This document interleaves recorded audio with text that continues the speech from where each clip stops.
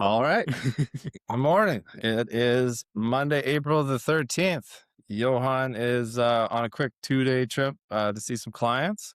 So you got us two Joes today. Yeah, stepping in. Yeah, stepping in. So we had spring break last week for the kids.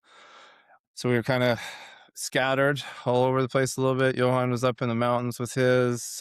Nick, you got to go see your little niece? Yeah, hung around here this past weekend, but prior right on Easter weekend, went out to Kansas City. My Yeah, sister lives out there now.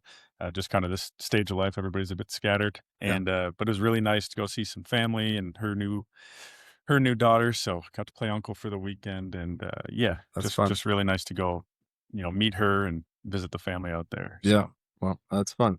and you Yeah. too. Yeah. I went to Florida for Easter. Had a little bit of work mixed into the travel and then got back kind of middle of the week. And yeah, it's tough to convince our little guy to get out of bed and get ready to go to school this morning. He hadn't been in school for 2 weeks. So Back at it. back at it. But really, the biggest news we got here, exciting stuff, as I'm sure you've been following along. Patrick and his wife Victoria did have their newest child yesterday. I will leave the stat line That to line. him. Yeah. He can announce all that. But for those of you that have been waiting and asking, mom and baby are healthy. We know that much. So congrats to Patrick and Victoria. Yeah, really excited. Yeah, Really excited for that's them. awesome. So getting into it, last week we saw, obviously the peace agreement, ceasefire, however you want to say it.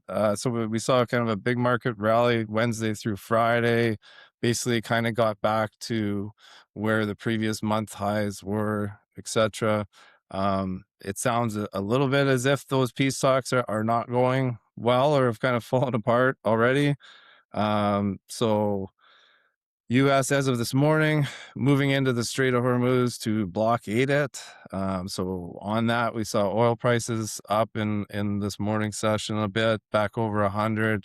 The futures going into the day kind of down, but basically by the time we recorded this video, everything's almost back to even again. So constantly a lot of information, right? Yeah, just as is often the case, just volatility hanging on these different announcements that come and Yep. different headlines, and again, just a lot of confidence in our long term approach. But of course, we stay on top of these things, and as folks reach out, we just something that we're always keeping an eye on. But again, these headlines just create a lot of volatility right now, and not necessarily out of it yet. But Nope. last week was a good bounce back. Yeah, it's a nice bounce back, and it is fun just as a student of this stuff to see how quickly markets react to things, right? Like they price things in so quickly.